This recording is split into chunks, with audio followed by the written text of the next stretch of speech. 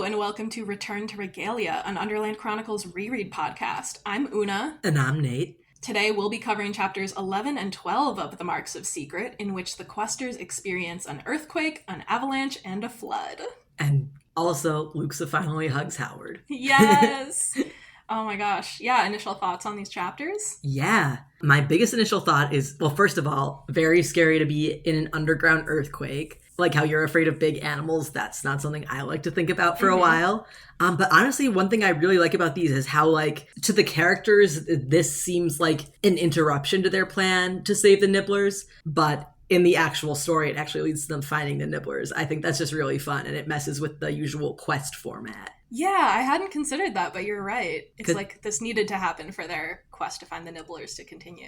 Because they end up going to the Firelands and seeing the mouse gas chambers, right? Yes. Okay, yeah.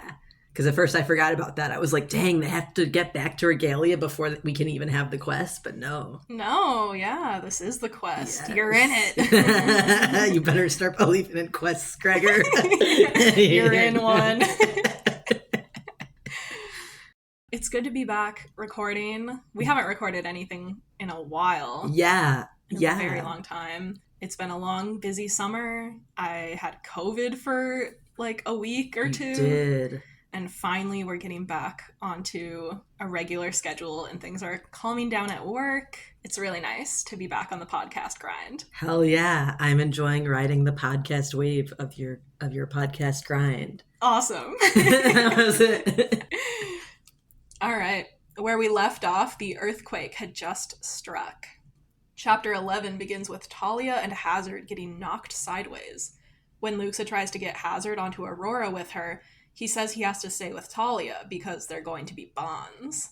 Howard says, "Oh, we have no time for this," and picks Hazard up with one hand, which, like, damn, Howard. Yeah. He's strong. Yeah, true. If he can pick up a 7-year-old with one hand. That is strong. And, like, hoist him onto a bat, I assume. Yeah.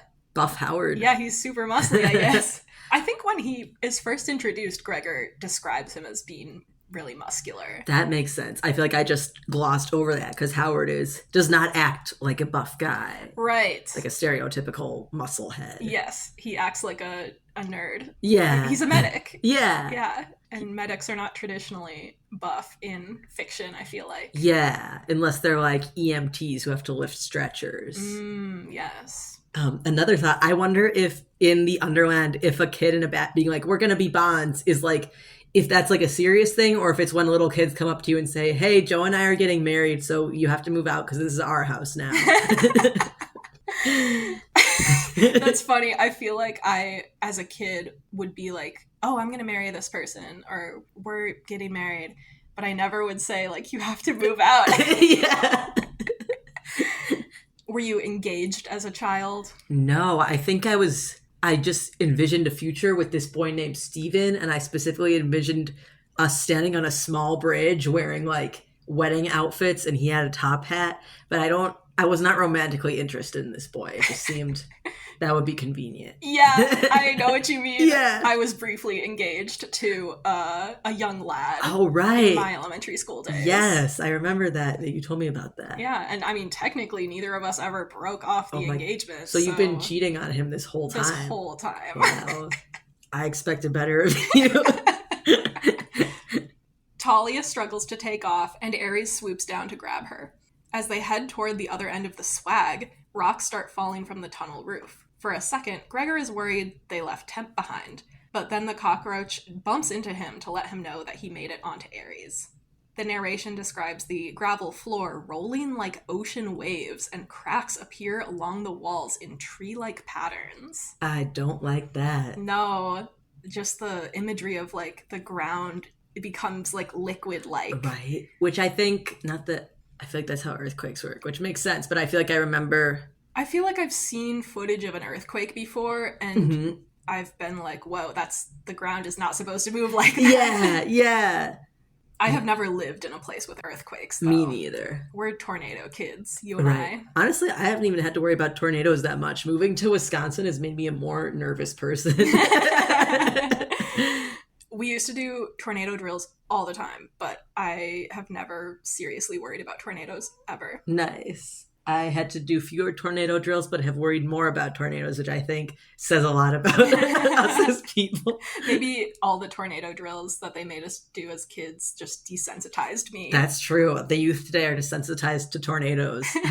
How can we make kids give tornadoes the proper respect?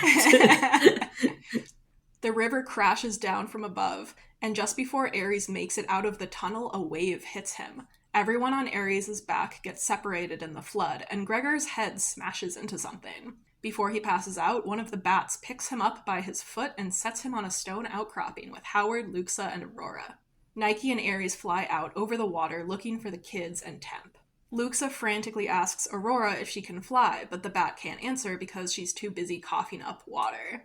I really like that image of Luxa being like, Aurora, can you fly? Like, can you go help find Hazard? And Aurora can't even respond because she's going through her own thing. Yeah. And that Luxa, like, I feel like in other situations, if Hazard wasn't involved, Luxa would be able to recognize that Aurora clearly cannot fly right now. Yes. But she's, as Gregor points out later, she's like panicking more than she usually would because of Hazard. Yes. Ares fishes out Talia, who is holding an unconscious Hazard in her claws. He has a head wound and he's not breathing, and Gregor and Aurora have to hold Luxa back so Howard can do CPR, which is another good image of like literally having to hold Luxa back. Yeah. And I like what Gregor says. He's like, Meredith would have just knocked her out, but he can't hit her that hard. I feel like it rubs in the actual, like, it's so cliche, like, oh, you have to hold this person back because they're too upset about their loved one. Yeah. But like Gregor is not like a hardened war hero doing this. He's like a kid trying to restrain another kid who's freaking out. Yeah, and exactly. He's thinking about how a more capable person would do it because he does not want to be doing this. Yeah, I actually wrote it here because I like this quote. Gregor thinks, if Meredith were here, he'd have just knocked Luxa out. He'd done that to Howard when he'd flipped out the time his bat Pandora had been devoured by mites, but Gregor couldn't imagine hitting Luxa that hard. First of all, I love that this is just like Meredith's signature move, because he did this to Howard when Pandora died, and Ripred also says that Meredith did this to Hamnet when Hamnet's bond died at the Garden of the Hesperides. That's so funny. So Meredith is just out here like... giving minor head injuries, concussions. Yeah. That's really funny. And that's become such a signature move for him that Gregor is like, if Meredith were here, he'd just punch her. That's so funny. I feel like I always, like, Meredith is always just like, oh, he's a nice soldier, but Meredith really is not fucking around. Literally. He really is just like, well, this is too complicated. It's nap time. Yeah, it's just easier for you to be unconscious right now, so bye. I want to see that. I feel like that would be a funny line from a villain in a movie. It's easier for you to be unconscious right now. Yeah. But yeah, I also love how a similar thing happened when Hamnet came to help pull Aurora's wing back into its socket in the jungle. Like, Luxa couldn't stop herself from, like, trying to grab onto Hamnet and being like, you can't do this to Aurora, like, she's in pain. Right. And Hamnet, like, almost makes her go stand outside because Luxa can't contain herself. And I think that that's just such a great thing about Luxa's character is, like, she cannot physically hold herself back from going to the people that she loves. Yes. Even in situations where she would be actively disrupting them getting help. Yes. She just, like, cannot contain herself. She needs to go to them. I love that. Yeah. Luxa calms down a bit, and Gregor goes with Ares to look for Boots and Temp. They hear Boots calling, Mama, but can't find her until a tiny light catches Gregor's eye. The narration says, her scepter, her stupid, silly, wonderful, amazing, and apparently waterproof princess scepter, which I just love. Yeah. I always love that line. Apparently waterproof. Yeah, it's so good. They find Boots in a small pool sitting on Temp's back and clutching her scepter. Gregor pulls her up and hugs her, but Boots is angry at him for letting go of her in the water. Temp is paddling in a circle, unable to climb the rocks around the edge of the pool. Ares has to toss Temp into the air with his snout and catch him on his back. The old snout toss. Yeah. This is such a good, like, Ares and Temp should be in a carnival together. Yeah. It's a good trick. Temp the acrobatic yes, cockroach. who mostly just kind of gets thrown around, but acrobatically. The narration says, Temp landed with a hollow thud that couldn't have felt too good, But the bug wasn't one to complain. Boots, on the other hand, was just warming up. She continues to express her disapproval of Gregor's actions during the flood, and he keeps apologizing to her as they rejoin the others. I love the juxtaposition of Temp and Boots, of Temp being like, he never complains, he'll put up with anything, you can flip him into the air so he'll land on your back and it doesn't even matter to him, he just is along for the ride. And then Boots, who is like so vocal about when she's upset, it's hilarious. Howard is still trying to resuscitate Hazard, and the earth starts to shake again from an aftershock. Then there's an explosion of sound, and the chapter ends with an avalanche of rocks crashing down to block the tunnel exit. Never a good thing. Never a good thing. I hate when that happens. All right, chapter 12. The rocks from the avalanche hit the water and send waves splashing onto the stone outcropping, but Howard doesn't notice because he's still trying to save Hazard. The narration says, the seconds dragged on. Luxa had stopped fighting and now just stared at Hazard, stiff and distant. Gregor knew she thought the boy was lost. Which is just heartbreaking because she thinks that she's like just lost another cousin, another family member. Yeah. And she has so few family members left. Especially good family members. Yeah. Like literally evil versus non-evil family members. Yeah. Yeah, like if Hazard died, that would have been so tragic and heartbreaking, especially since he and Luxa like just have become family members. Ugh. But thankfully, Howard announces that Hazard's heart is beating again, and the boy starts to cough up water. Yes. Also, I have to interject. I always thought that like trope of like you're giving the person CPR and then they like revive and cough up water was just like movie bullshit. Because I'm like I had always read that was wrong. Like if somebody's heart stops beating, it's not like, oh, they coughed up water, so now it's fine. But then I was reading my book about people dying in the Grand Canyon, and they seem like they described that actually happening a couple of times. They'd be like, yeah, he started giving CPR, and then the guy coughed up water and was fine. I'm like, oh, so it's fine then? It's for real? Do you want to cite your Canyon book? Oh, yes. It was called, it was very classily called Over the Edge, Death in the Grand Canyon. It was badly edited. It was informative. It doesn't seem to be in print anymore, so you'll have to go to the Grand Canyon to get a copy. Howard pulls a first aid kit out of the picnic hamper on Nike's back, and Gregor thinks, leave it to Howard to think to pack a first aid kit. It had never even crossed Gregor's mind. Just another reason he was probably not doctor material.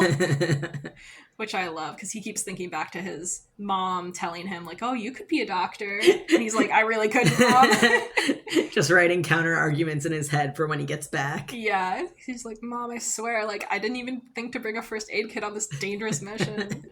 And I do love that Howard was like, he didn't even know for sure what Gregor and Luxa were up to when he decided to, like, follow them on their picnic. That's so true. Like, he just kind of crashed their picnic with his own basket of supplies, but he was just like, these idiots probably didn't pack a first aid kit.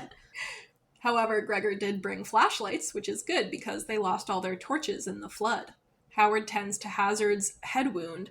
Side note, the names Howard and Hazard are literally just 2 letters off from each other. It's H and then 2 letters and then A-R-D. I did not even think about that. And I hate it because their names are so similar. That's so weird because like Howard is like a real name, but Hazard sounds like a made up name. But they have the same name structure. Yeah. Is Hazard just a regular name that nobody uses anymore? I have no idea. I think I've tried to look this up before. Like, is Hazard an old name? Like, why would they name a child that? Right. Especially since his mom was an overlander who would have known that that's like a weird name. Was she a Dukes of Hazzard fan? That's the only context I've heard that in, that where like it's kind of a name. Yeah, I have no idea. I wonder if it's like some naming convention of an animal in the jungle. Like maybe Frill named him or something. Oh, that would be cool. That'd be cool. Yeah. So yeah, Howard is tending to Hazard's head wound, and when Luxa asks if he'll recover, Howard says, oh yes, just a knock on the head and a bit too much water. Next time you are thirsty, Hazard, you might try a cup instead of a river.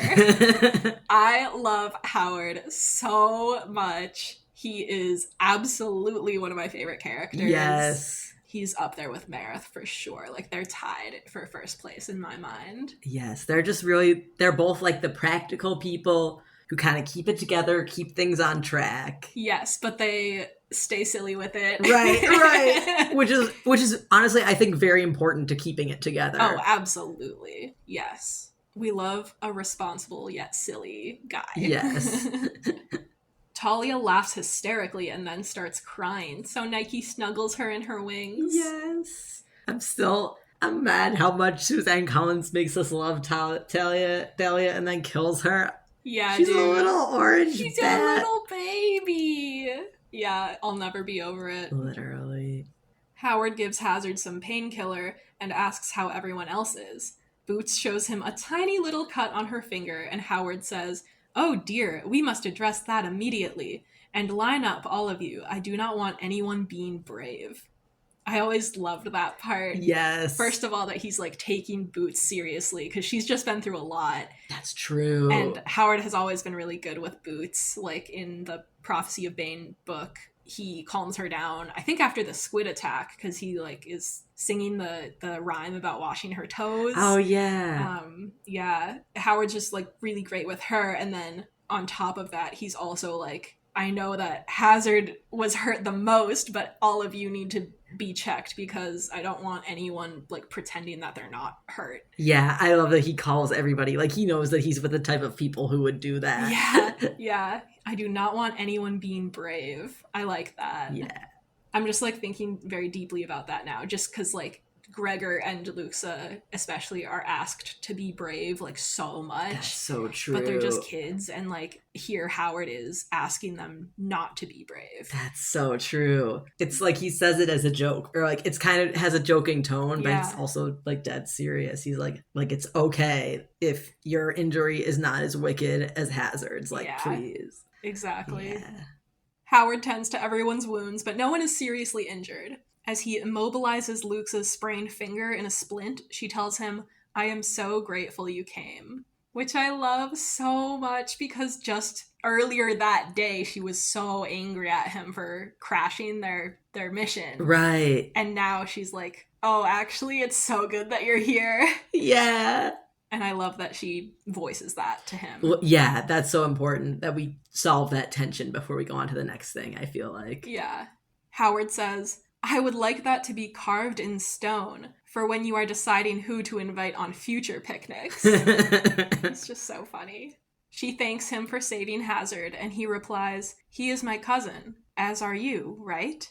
Luxa hugs Howard, and he jokes, "Oh no, are you actually giving me a hug? And it only took an earthquake, a flood, and an avalanche to get it." And everyone laughs. So good. I love them so much.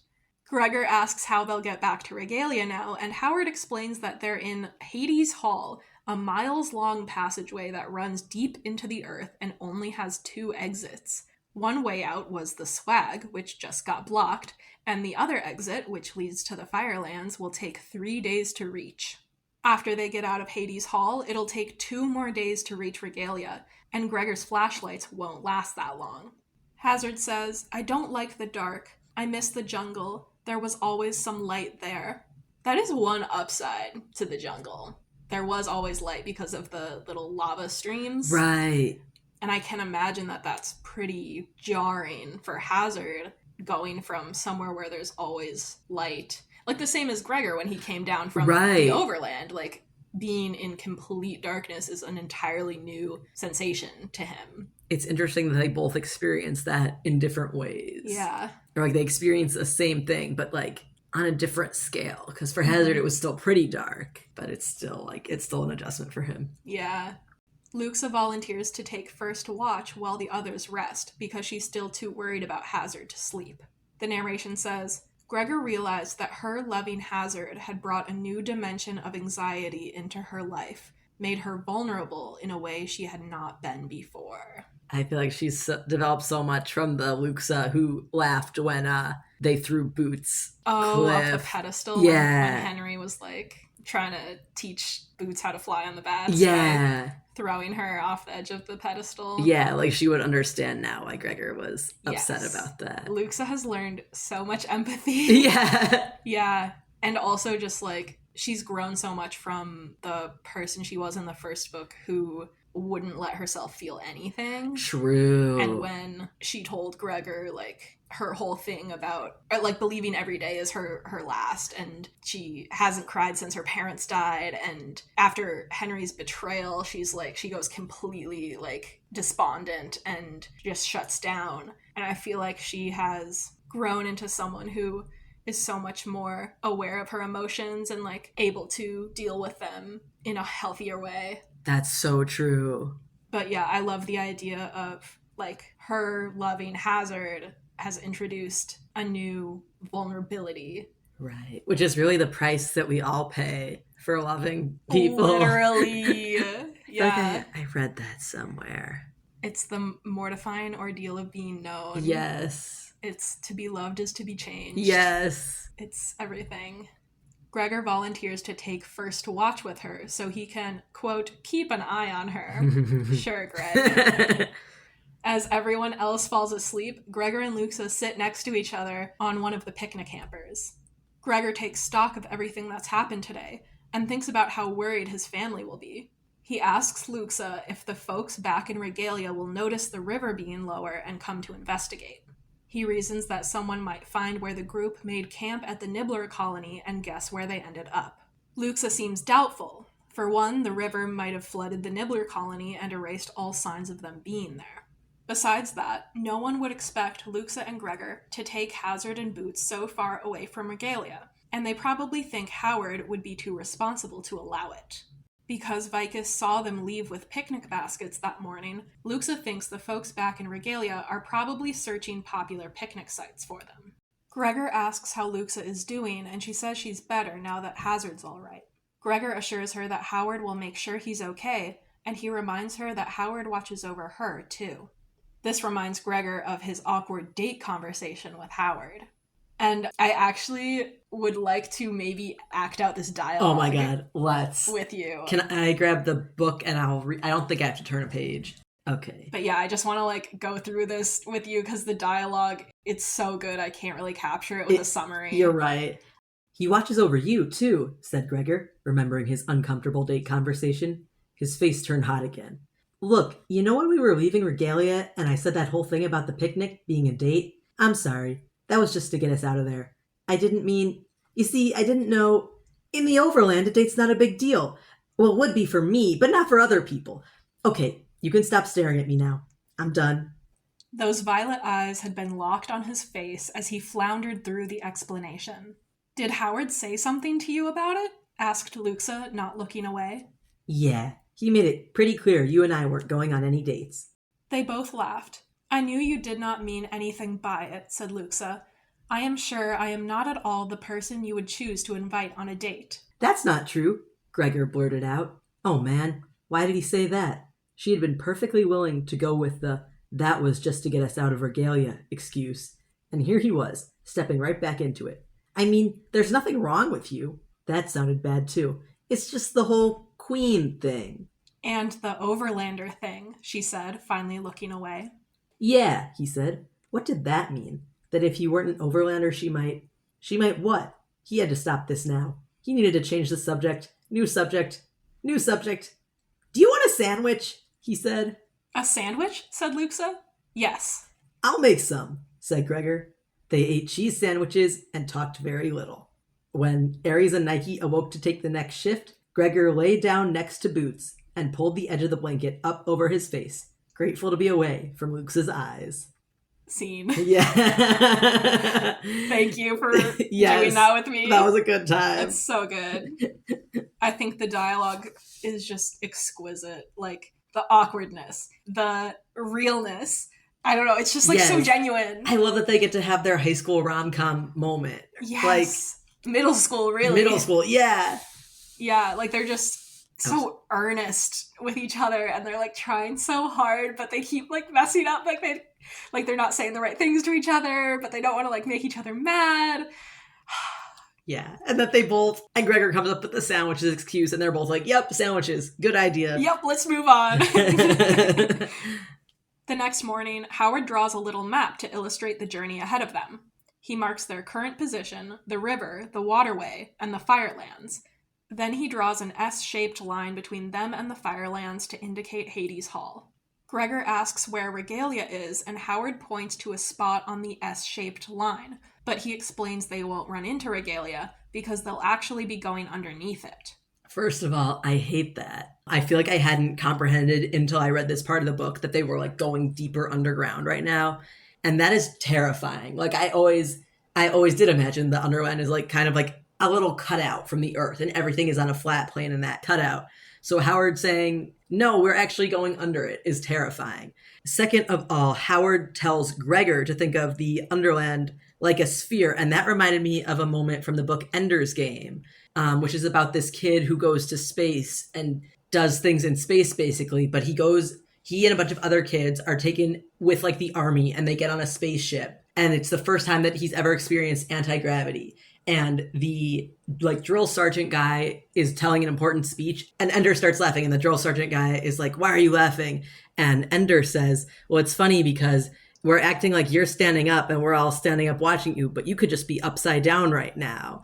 And and the drill sergeant, like Ender thought that he would be mad, but instead the drill sergeant is like, that's very smart. You understand how to think about space because like he's in an environment where you can go in any direction. So you do have to think about any direction. And the underland is kind of similar. Like it's more like, it's not the same as like a space environment because you don't have the same freedom of movement, but it is interesting that you have to consider like, it's not just like the surface where it's like, okay, you can basically go left and right.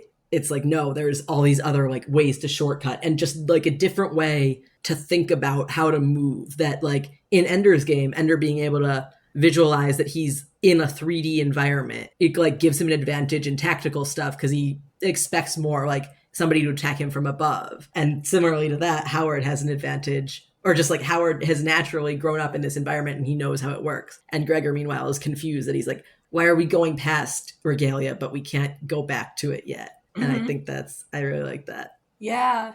Also, another side note, there's 2 different places in this chapter where they say go back to Regalia instead of return to Regalia. And I, for one, I'm mad. Rioting. Looting in the streets. Yes.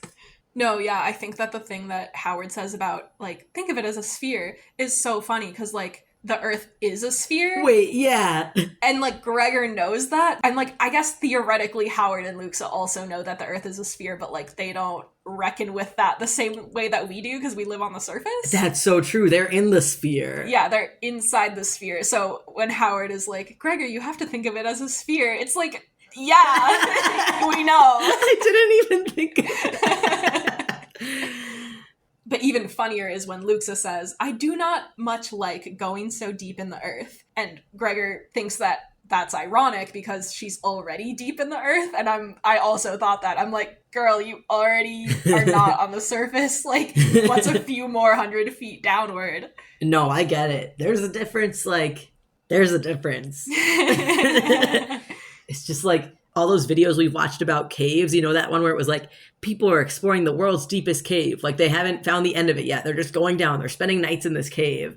And they're like, they have to spend the night and then they continue the next day and they keep going further down until they're like at a point where they can't get back up to the surface like in a day. Really any situation where like you can't get up to the surface like as soon as you want to is terrifying. And so even though Luke is already in a cave, she's still living in that situation. And I don't like it. There's underground and then there's underground. Yes, basically is what the crux of this conversation is. The group gets ready to travel. And this is the book where it becomes kind of important to know who's riding on which bat, because having only 3 adult bats to carry everyone presents some problems later on. Right. So it's actually important to know, like, which bats are taking what passengers. So Aurora takes Hazard and Luxa, Ares takes Gregor, Boots, and Temp, Nike takes Howard, and everyone hopes that Talia, without a rider, will be able to keep up. This is what we call foreshadowing. No. They fly through Hades Hall, which turns out to be a massive tunnel with an uneven, rocky floor. Fortunately, there are lots of streams full of fish, so they won't run out of food or water. Unfortunately, progress is slow. At times, the tunnel slopes downward so much that the bats are forced to free fall instead of fly. Also, they keep having to stop for various reasons, mostly to take care of the kids. That I didn't really consider the detail of free falling yet. Is it implied, are they like gliding or are they straight up falling like a rock, do you think? It mentions that the bats are using their wings to guide themselves, so I guess it's like kind of gliding, but it's also mostly falling. Like the Tower of Terror at Disneyland, I now know what it feels like to be falling. It's bad. It's fucked up. A lot of things happening in this book that I don't like. But I just want to say this is a terrifying experience. And I'm guessing that they have the flashlights off because the bats don't need to be able to see to fly. And they would want to preserve the batteries. Yes. I think that's probably what would get me the most is just like having to trust the bats, like to get them around in the dark and I can't see anything and I don't know like what's coming up next. Yeah. It's like a roller coaster in the dark. Yeah, not don't fun. Like it. Personally, I think it's still better than their trip on the waterway in the dark. No, I highly disagree with you there. I think being in a giant body of water in the dark is so much scarier than just being like in a cave in the dark. But at least you can get away from the body of water. In the cave, you're like, you can't get out. You got to go through the cave. You can't get out of the cave. That's true. I will concede that. Yes. I respect what you're saying, but I must provide my counter argument. After 6 hours of traveling, the group makes camp on a ledge along the tunnel wall. Despite the darkness, Boots ropes Temp into a game of I Spy, where she repeats, "I spy with my little eye something that is black," and then points into the darkness and says, "That." I do love that Temp tries to guess, though. That is really cute. Like, even though Boots is being extremely repetitive and this game does not make any sense, and certainly does not make sense to Temp, he's just playing along to keep her occupied. He's the best. Literally, Temp is the best. So good. They should just take Temp back with them if they ever need a babysitter. They can, pay him in whatever cockroaches like to be paid, and if people ask about it, they're just like, "Do you have a babysitter this good?" "Yes, he's a giant cockroach. He's more than capable of taking care of this kid, though, so fuck off." After Boots falls asleep, Gregor asks Howard what he meant earlier when he described Hades Hall as perilous. Which is really funny, because, everything in the Underline is fucking perilous. Yeah, it's just... it's so funny. It's almost like an understatement when Gregor's like, "What did you mean when you said perilous?" Exactly. Yeah, it's like that requires some more explanation because everything is dangerous here. But that's a valid question. Yeah. Better to ask it than not ask it. Very true. Howard explains that the air will become foul the closer they get to the Firelands, and there are creatures living down here that would rather not be disturbed. He says most creatures will either avoid them or not be able to fly. However, there are, quote, "others who are not hostile, but must be acknowledged." Gregor asks, "Like who?" The narration says, "It was as if the creature in the darkness had only been waiting for the right opportunity to break in. And when he spoke, Gregor recognized the high, whiny voice immediately. How could he forget it? Greetings all. I am he called Photos Glow, and she is Zap." Slow clap. Oh, the best ending to a chapter ever. Oh my god. Honestly, greatest twist of all time. I was not expecting those motherfuckers to ever show their faces again. Neither was Howard or Gregor. Yeah, dude, the Shiners are back! Yes! Oh my god, I'm so happy. I love this because, as Howard was describing that, I was like, oh my god, they're so fucked. How are they going to get out of this? And then, their saviors show up, but it's also the most annoying people that they have met. Literally the exact right people. They're gonna run out of light. Hazard's scared of the dark. This is a perilous journey and they don't know Hades Hall well. And then suddenly the Fireflies show up and it's they know Hades Hall. They have light. They don't need batteries or fuel. I mean, I guess they need food. But they're perfect for this journey, but they are also annoying as shit. Yeah, they're the perfect traveling companions, except for they're not. Yes. I feel like I kind of only just processed that they are also giant. I think I kind of just imagine them as I don't know. I've met like, I don't think I imagine them as normal fireflies. I imagine them like about the size of a cat. Do you remember Oh, how interesting. big are they? Because temp is like the size of a person. It would make sense if they're actually huge. Yeah, I feel like cockroaches are described as being 4 feet tall when they're like sitting. So that's like a child size. Mm-hmm. And I think that the fireflies are also supposed to be about that big. Like Oh, damn. I'm picturing them like, I don't know, maybe 5 feet tall. Okay, that makes way more sense why they eat so much. Yeah, yeah. I think on the cover of the Prophecy of Bane book, or one of the Ooh. covers, I'm not even sure if I have the right cover, Uh-huh. but it has an illustration of the boat that they're sailing on, and it has the fireflies in the illustration, and they look pretty big. Nice. That makes more sense than that. Just how helpful it would be also to have these very large light sources. Yes. In the next chapter, it begins with when the fireflies show themselves and turn on their lights. It says, like, Gregor could suddenly see all of these details that he couldn't before. Nice. And it really makes a difference to them, just being able to have all that light. Nice. Yeah, I love how Photos Glow just has these, like, lines that he regurgitates. Yeah. Like, he just comes in and recites his iconic introduction line.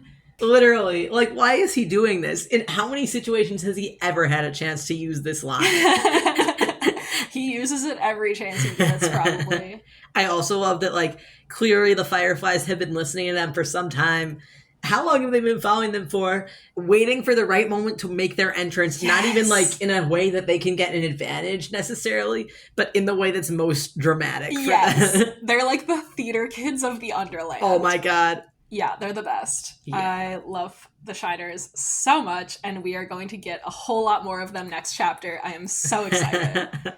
Yeah, what a ride Yeah. these 2 chapters have been. Yeah, we had the whole, combination earthquake, flood, avalanche.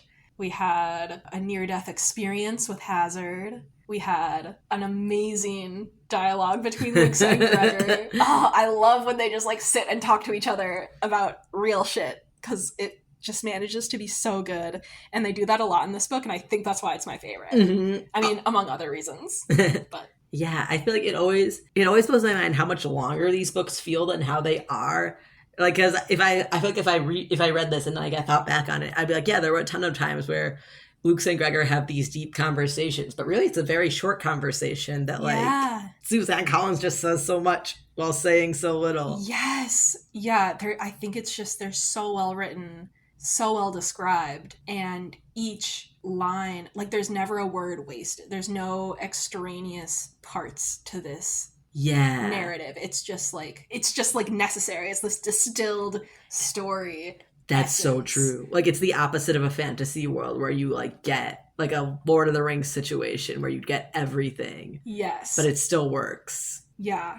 I love Suzanne Collins's writing, and I just like spend so much time thinking about how she writes and how she does what she does in these books. And I think that that's like one of the main reasons I started this podcast, was just because I have read and reread these books over and over and over. And I am still so surprised by how well she is able to achieve certain effects with her writing, and how efficient she is with her word use. And I just like, I need to know how she does it. Literally, we have to unlock the secret.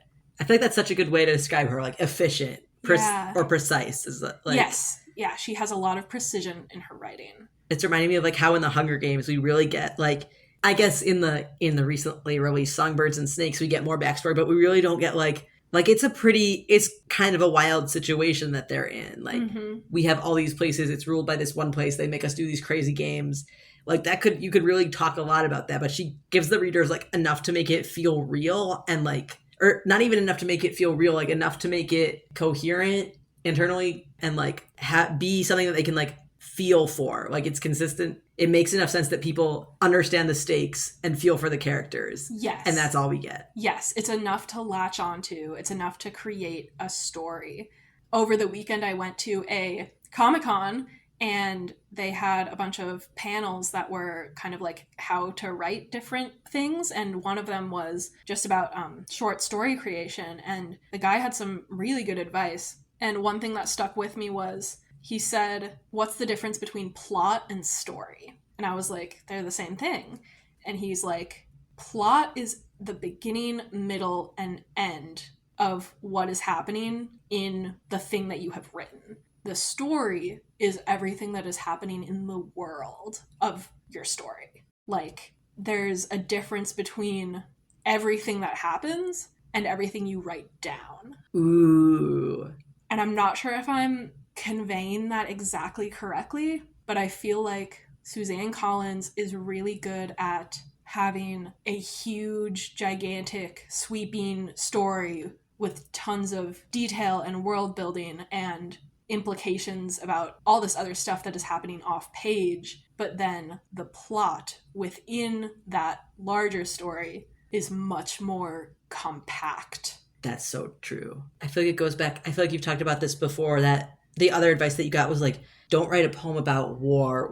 Write a poem about like a soldier's like a missing a shoe from a dead child or something. Yes. Yeah. Like that you have to zoom in on the little details of a larger thing that is affecting the characters. Like her plot is that to her world. Like she takes this big complicated world and zooms in on something that shows how it. That's so real. I agree.